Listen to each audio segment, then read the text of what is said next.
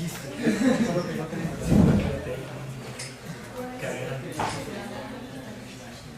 Pero no era un premio muy importante, ya era yo joven, entonces yo me repuse. Ok. Ya fue hace unas... Ya fue hace unas décadas. ¿Y de qué era el premio? Era el premio de la Academia de Investigación Científica para jóvenes investigadores. Uno de los jurados que decía que era amigo mío dice, pero van a hacer premios a Samuel si no te haces contar chistes. Y yo, pues sí, cierto, no puedo contar chistes.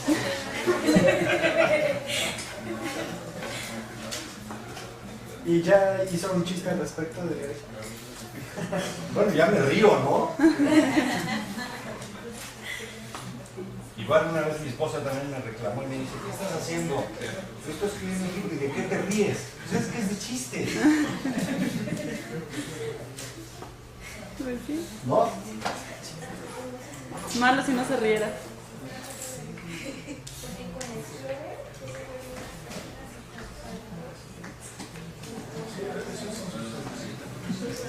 Yo digo que no era tanto, eran unas cuantas imágenes para que se vean un poco más.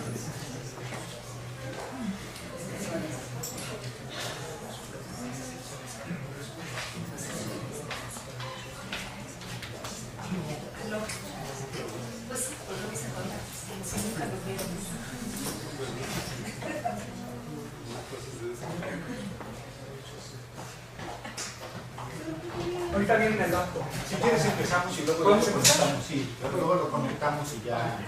Para que pongas las imágenes y no te cueste Sí, no más importa, castigo. la parte central. Ok, estamos bien a tiempo. Te digo que estamos siempre 5 minutos tarde. Bueno, pues es un gusto presentarles a Samuel Schmidt, así se pronuncia, espero. Tiene una historia curiosa porque un amigo platicó con él, me dijo que platicó con él, me mandó un escrito de él, lo monté en mi página web y luego me escribió Samuel reclamándome que por mi culpa no le publicaron el artículo porque ya había sido publicado previamente en mi página, lo cual se hizo muy curioso. Después de eso me invitó a una presentación de su libro, de lo que nos va a hablar sobre los chistes políticos en México, y no pude ir. Entonces dije, la oportunidad la pintan calva, mejor lo invito y me lo traigo al coloquio a que nos venga a platicar para darle un poco de sal y variedad al coloquio. Entonces, bueno, pues te agradezco mucho que vengas con nosotros de adelante.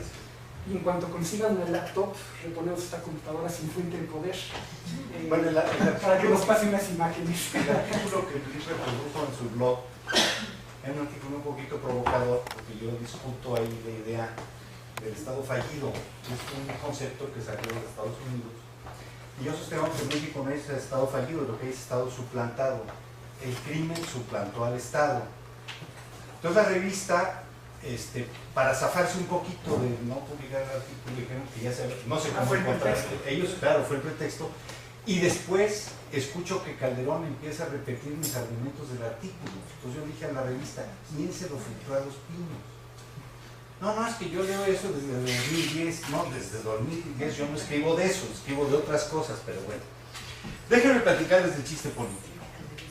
En realidad es un tema poco serio.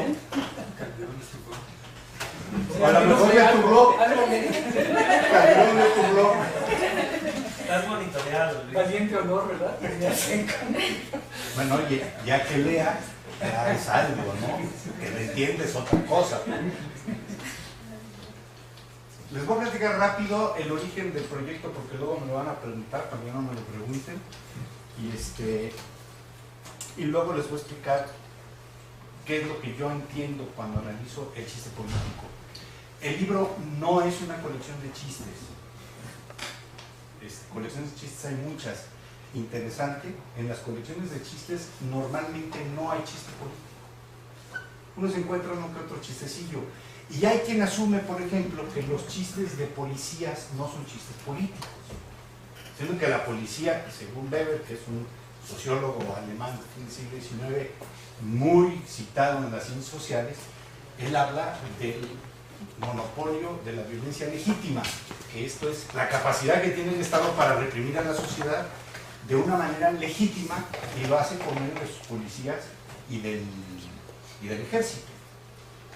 Cuando el chiste se refiere a la policía y a los abusos de la policía, obviamente se está refiriendo a un tema político. Les voy a poner un ejemplo. ¿Cuál será la presentación? La presentación donde encuentres presentaciones y luego diga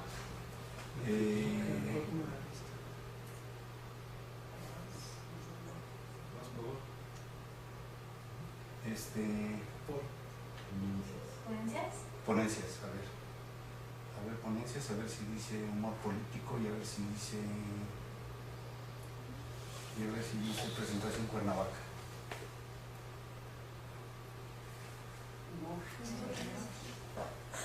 ¿No? Para que vean que intenté graficar los chistes políticos, para que darle respetabilidad. Ese fue un proyecto que sugirió Frank Harari, que originó la teoría de grafos. Frank andaba buscando siempre temas y decía, bueno, vamos a graficar los chistes políticos, pero realmente era muy difícil porque,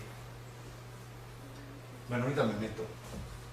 No, más para abajo. Ponencia humor. A ver, ponencia humor. No, creo que no. Pero No, ¿sabes qué? Hay que regresarse a donde diga chistes, al folder que diga chistes, más para arriba, un folder dice chistes, aquí, ahí está. Y a ver si ahí dice...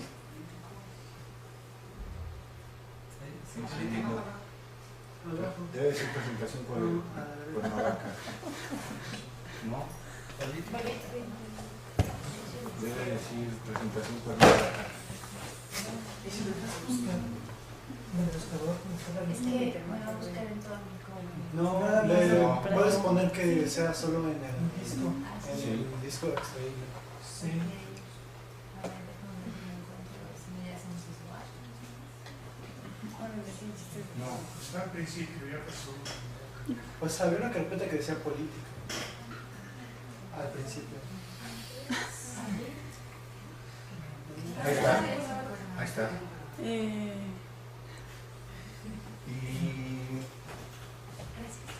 esta.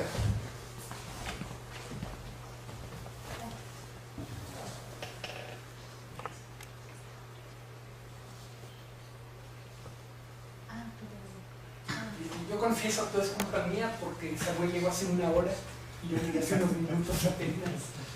Lo podías haber arreglado antes.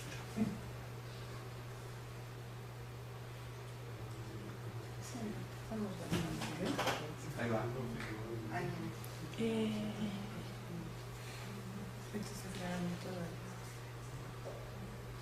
Ahora sí.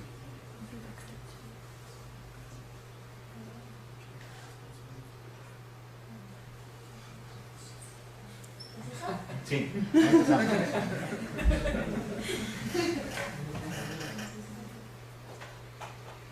Vean bien todos los datos, ¿no? Le damos ¿Qué? dos clics. No, ya nos pasamos. ¿No lo abre? ¿Era un video? Es un video. A ver con la barra espaciadora. Entonces, lo que podemos hacer es regresarnos, Ajá. minimizar el PowerPoint. A ver, Es, píquele ahí dos es veces. por el Open Office. Es que, ajá, yo creo que es eso. No está bien. Tengo una laptop con Windows. A ver, minimiza el Corren el PowerPoint video. y métase ahí. Corre el video, salte de ahí y vete el video. Sí, Sí, porque sí. el video está en esa misma carpeta. Ok. El video pasó, sí. Ahí está. Ahí está el video. Aquí, píquele aquí.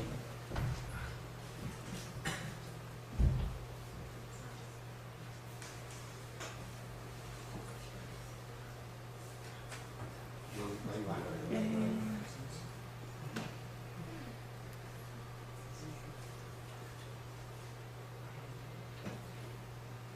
Ahí va.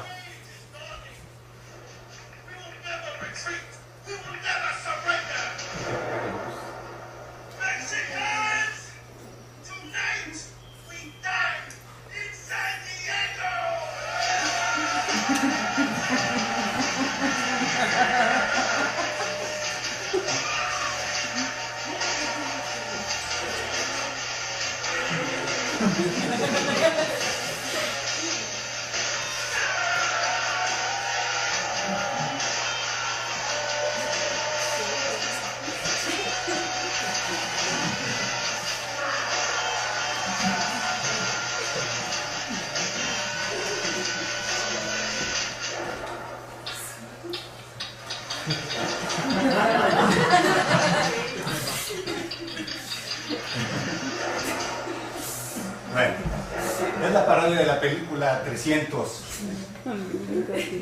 Esto es lo que no analizo, era nada más para ponerlos de buen humor. Y darle respetabilidad. Y darle respetabilidad, porque entonces hay soporte gráfico. Yo lo que estudio es chiste político, el chiste verbal. No estudio caricatura porque la caricatura genera una relación clientelar.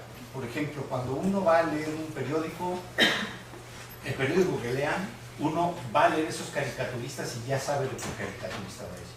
Si se van a la jornada ya saben qué va a decir el fisgón, solamente que el tema cambia, ¿no?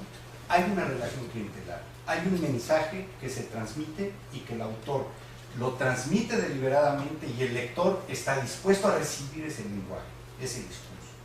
Y en ese sentido no es una expresión libre, libre en el sentido que sea totalmente espontánea. No sé si quede claro. No que el fisgón no sea libre para escribir su cartón o que uno no sea libre para leer al fisgón. En ese sentido esa libertad sí existe. Pero al haberse establecido esa relación clientelar, se modifica la condición de espontaneidad del chiste. El chiste se establece una relación entre tres.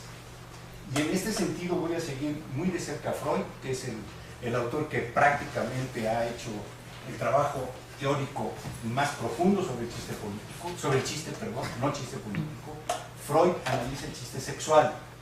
Para Freud todos tenemos una frustración, que es la frustración del sexo prohibido, y por lo tanto una manera de liberar la frustración es tocar aquello que se prohibió. ¿Cómo lo podemos tocar? Metafóricamente con el chiste. Y en ese sentido el chiste establece una relación entre tres. El que lo cuenta, el que lo escucha y el sujeto al cual se le hace el chiste. Pero esa relación termina muy rápido. Esa relación termina tan pronto se contó el chiste. Y yo puedo tener la opción de escuchar el chiste y dejar que el chiste se muera y no volverlo a platicar. O si me gusta el chiste, voy y lo platico. Entonces el chiste se convierte en una suerte de catarsis social. En términos del chiste contado es una catarsis individual, pero platicado socialmente cuando se transmite se convierte en una catarsis social. Hay un estructuralista, se me acaba de ir el nombre, ya no me voy a acordar, que sostiene que una manera de medir la cohesión de la sociedad es medir la rapidez con que se transmite la información en la sociedad. De alguna manera se adelantó como por 4 décadas al concepto de las redes, porque él no hace el análisis de redes, pero en realidad estaba metido al acercamiento a las redes y estaba entendiendo que había un mecanismo social que permitía transmitir la comunicación.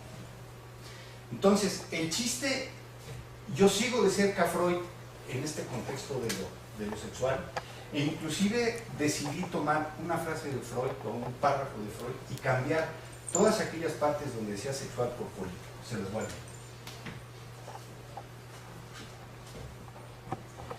Freud dice, bueno, esta todo es de Freud, pero donde diga política, en el original decía sexo, ¿sí? El chiste es como un desnudamiento de la persona de diferente política a la cual va dirigido.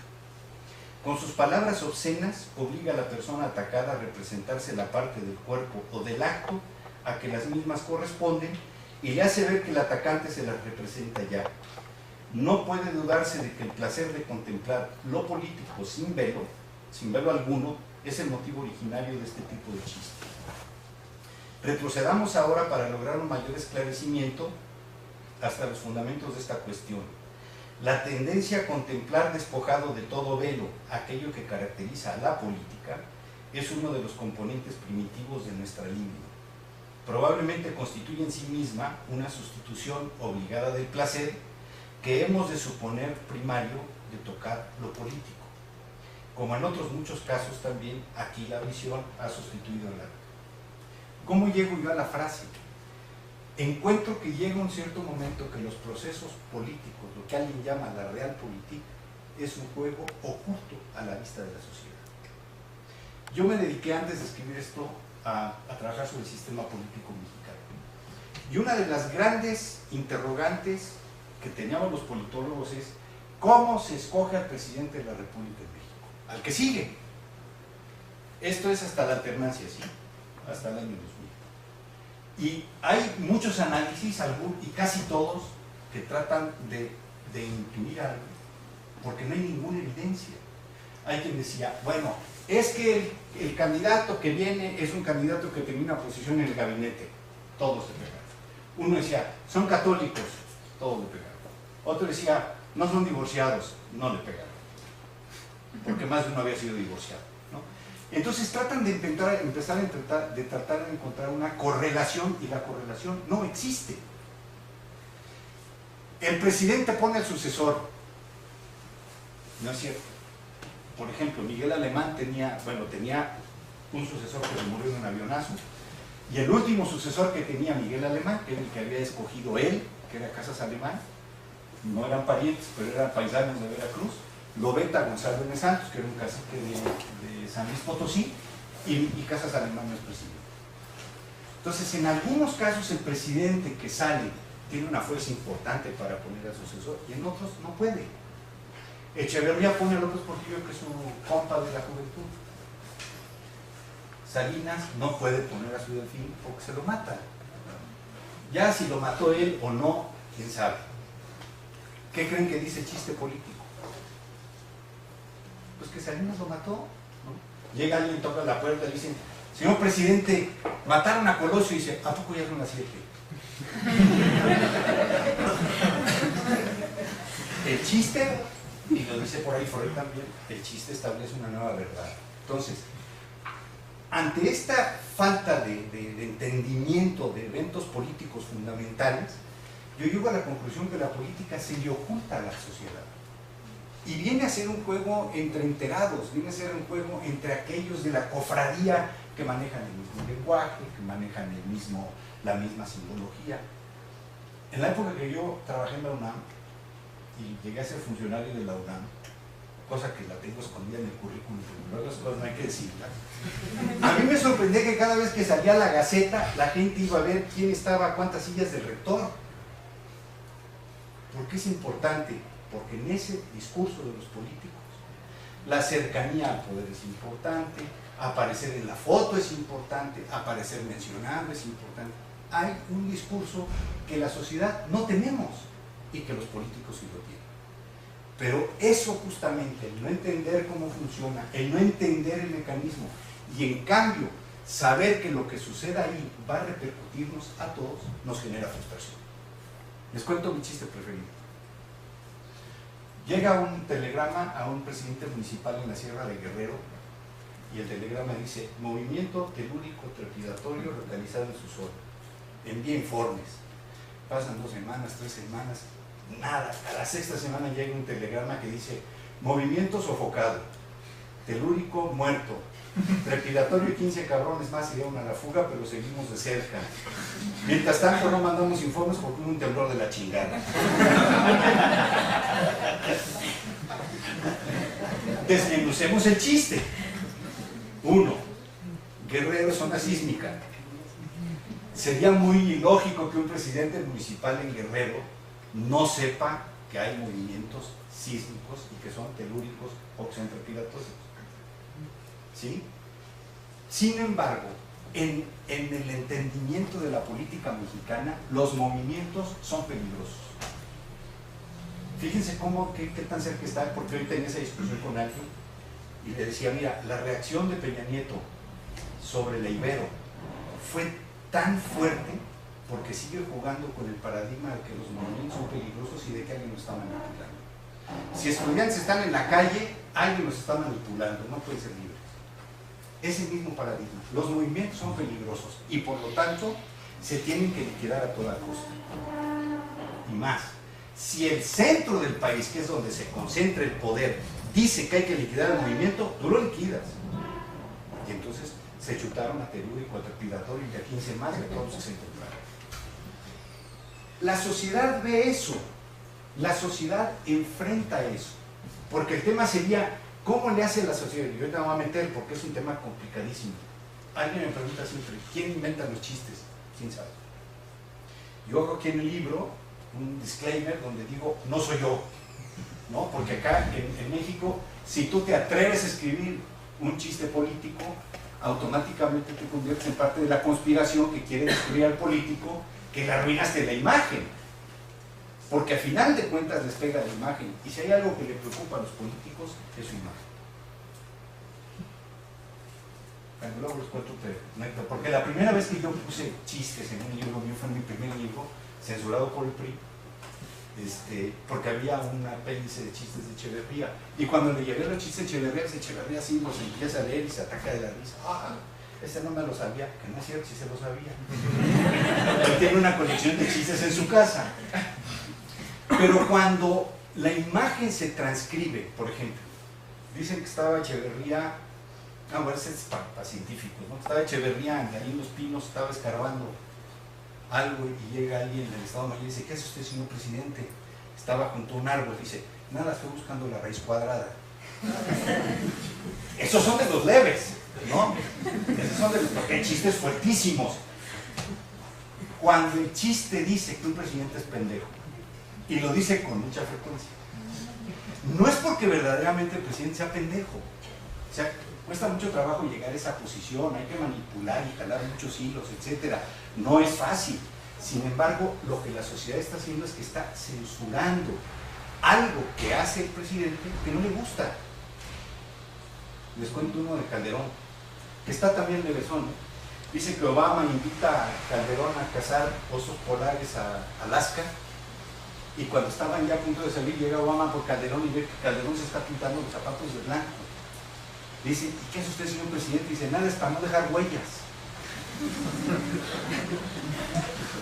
El chiste nos va a sugerir siempre esa tontería del presidente, porque es la manera como sintetizamos un opinión. ¿Por qué los presidentes? O sea, normalmente es muy difícil encontrarse chistes políticos que no son del presidente. Cuando uno llega a los estados, luego se encuentra algunos chistes muy pocos de los gobernadores, algunos chistes muy pocos de los alcaldes, muy pocos, y básicamente son chistes del presidente. El presidente representa la cima de la pirámide de todo. Y entonces, a partir del presidente se generan carreras, se destruyen futuros, se construyen futuros, y de ahí emana tal cantidad de poder que la sociedad lo que hace es atribuirle a esa fuente de poder todos los males posibles. Y por eso nos vamos a encontrar entonces esa concentración temática del chiste. Les leo una excepción. Es un chiste un poco largo. ¿Se aguanta? Pero es que es buenísimo, ¿no? Entre paréntesis, este chiste, que está atribuido a un chihuahuense, yo lo encontré atribuido a un israelí, porque esa es otra cosa, ¿no? Cómo los chistes se mueven. Me encontré el mismo chiste a un banquero republicano a principios del siglo XX, a un general egipcio en la guerra de los 6 días, de Echeverría.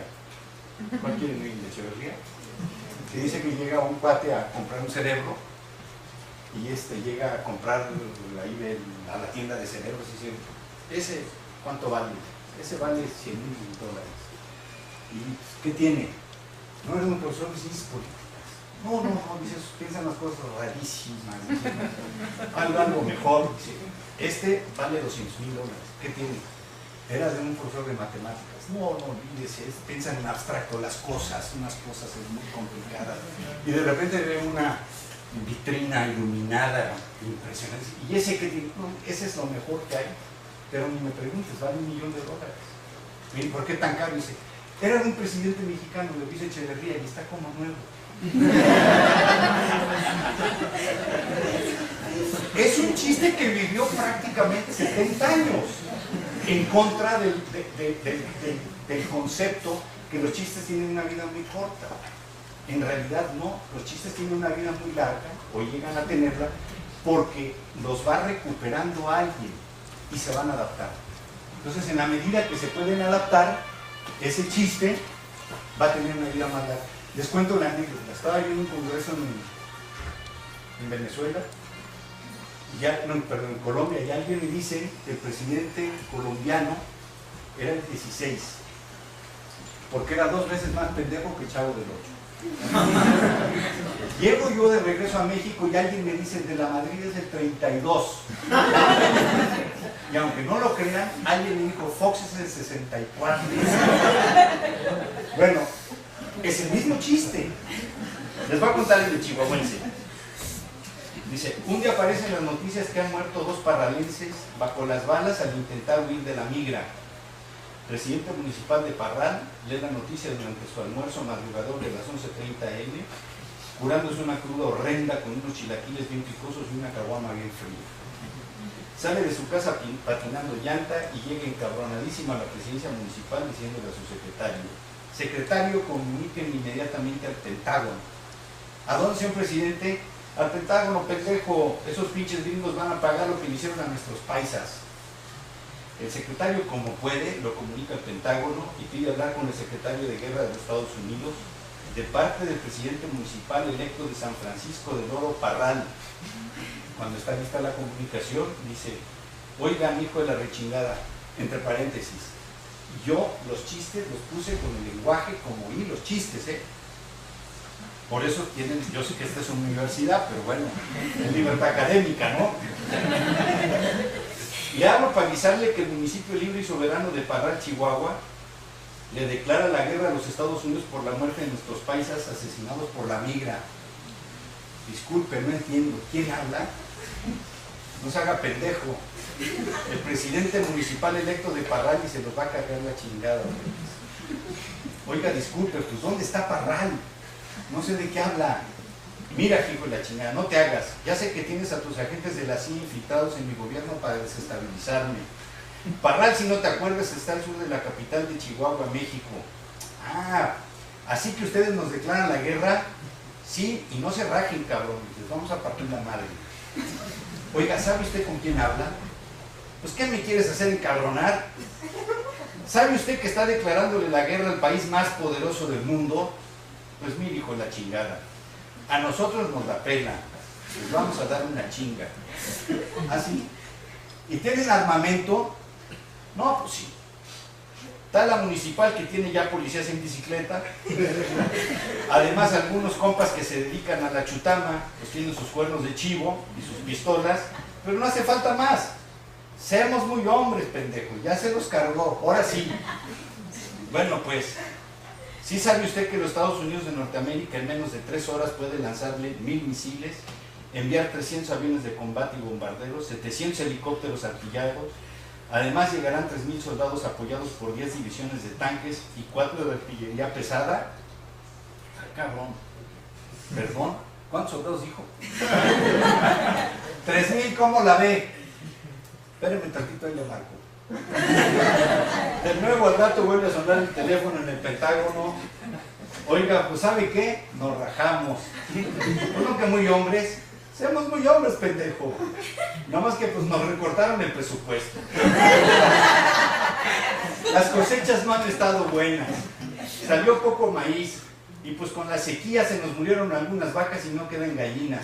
¿Cómo chingados le vamos a hacer para alimentar a 3000 soldados?